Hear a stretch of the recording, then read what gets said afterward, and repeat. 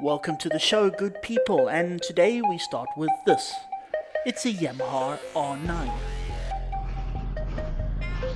This feels kind of weird. We're back on a Superbike. We haven't been on a Superbike for quite a long time, so yeah, it takes a little bit of getting used to.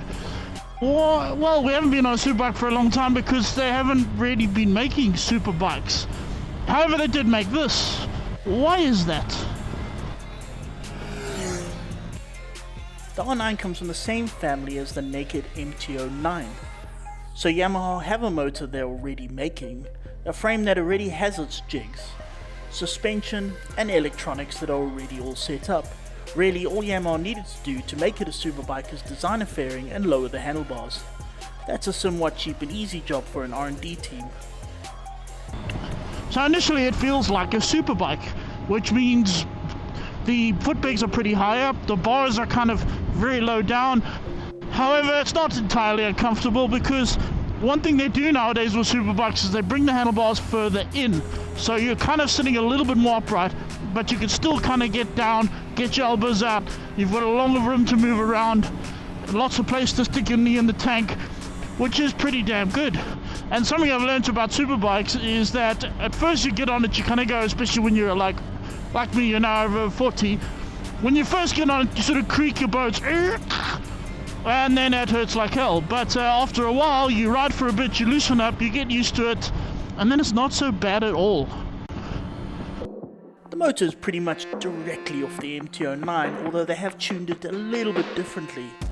It's obviously an inline triple with 889 cc's that pushes 117 horsepower and 93 Nm of torque. What this motor is easy. Easy, because it is essentially much the same as that is from an MT-09, which is also designed to be kind of urban kind of riding, short distance kind of riding, easy, triple cylinder, easy. So there's tons of power. I mean, here we are in 4th gear, currently deaccelerating to 60 km/h. You open the throttle, there we go, pulls like nothing, and that triple sound starts going, and it gets higher and higher and higher. And now it's fast. Yeah, okay. That's a very good motor. It's not a 200 horsepower, 1000cc Superbike. It's not slow either. It's definitely not slow, especially out here on public roads like that. And that soundtrack, of course, the triple sound. Nothing beats a triple sound. It is really the best sounding motorcycle in the world, by far, by miles. I absolutely love the sound of a triple. It sounds sort of slightly in pain, slightly evil, slightly everything, all combined into once. Let your imagination sort of go wild. I like that. Everything that goes must eventually stop, preferably on the rider's terms. Previously, Yamaha's used their own braking systems, but not for this one. Those calipers are from Brembo, and good ones too. It's got Stylema brakes. I haven't used Stylema brakes in a while. They feel so good.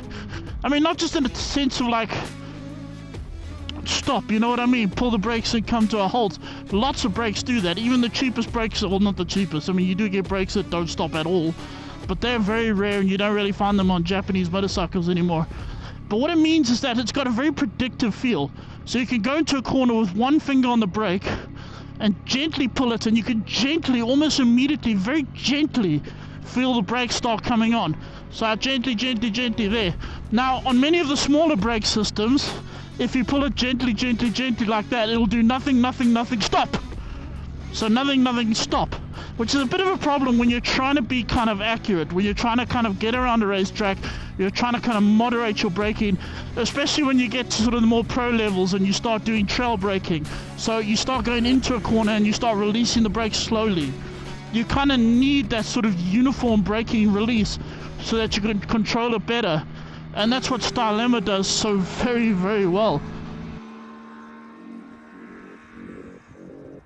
The frame is an aluminium delta box setup, the kind Yamaha has been building since the beginning of time. The suspension is from its own KYB company, and as time goes on, KYB is developing more and more of a name for itself. And here is no exception. the entire bike with fluids weighs 196 kilograms, which is not bad. Now weirdly, I kind of thought this bike would feel lighter when you toss it in. There we go. And it's not exactly heavy, but I thought it would feel lighter. What it is extremely stable. So sadly, look, there's only 2 of these in the country right now in South Africa, and they kind of politely asked us, because there's not many of them, do we mind awfully not taking it around a racetrack? They don't want to crash on a racetrack, so we said fine, we'll crash it on a public road, whatever makes you happy. But so yeah, we've just been riding on a public road. We've been out on the Cradle Road riding here, and it feels very confident.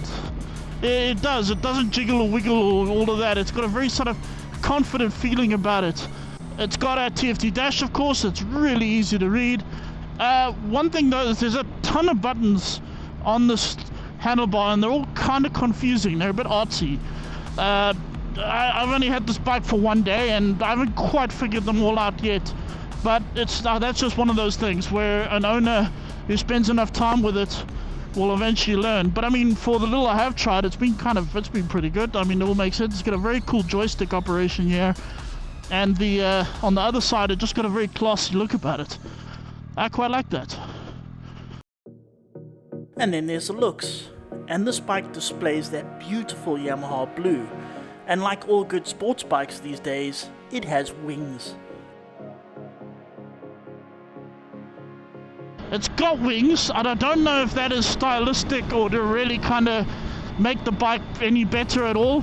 It could make it better. What it's essentially for is, in MotoGP, where these sort of originated, and nowadays in World Superbikes, is to stop the bike from wheeling. But it only really works once you get up to the really high speeds, high hundreds, over 200 kilometers per hour. And then the bike will stop wheeling. I don't think this thing has enough power to wheelie at that speed. It won't, the front wheel doesn't start coming up.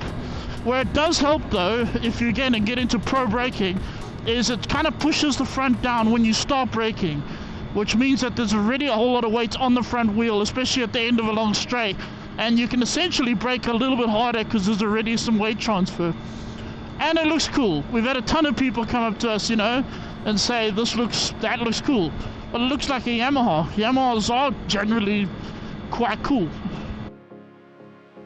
Problems, well, it is a superbike. I say you will get used to the sitting position, and you will, but obviously something a little bit more sit up is better. But that's superbikes. That's what you're paying for. That's what you're getting. Apart from that, I'm not entirely sure. It's been a bit of a struggle trying to kind of what we've been doing, and I've been riding it only a day. It kind of works. It's got beautiful power. Feel that. Really from low down, it really goes. The quick shift is amazing. There we go, click, click, click, and then downshift. I mean, even at slow speeds, no problem at all. It shifts down like absolutely nothing. And this is a very new motorcycle. It's just been uncrated, so that gearbox is going to get even smoother as we go. As we said, there are only 2 R9s in the country, and the main shipment is still on the way, so we do not know the exact price yet, although Yamaha says that they're aiming to keep it below the 300,000 Rand mark.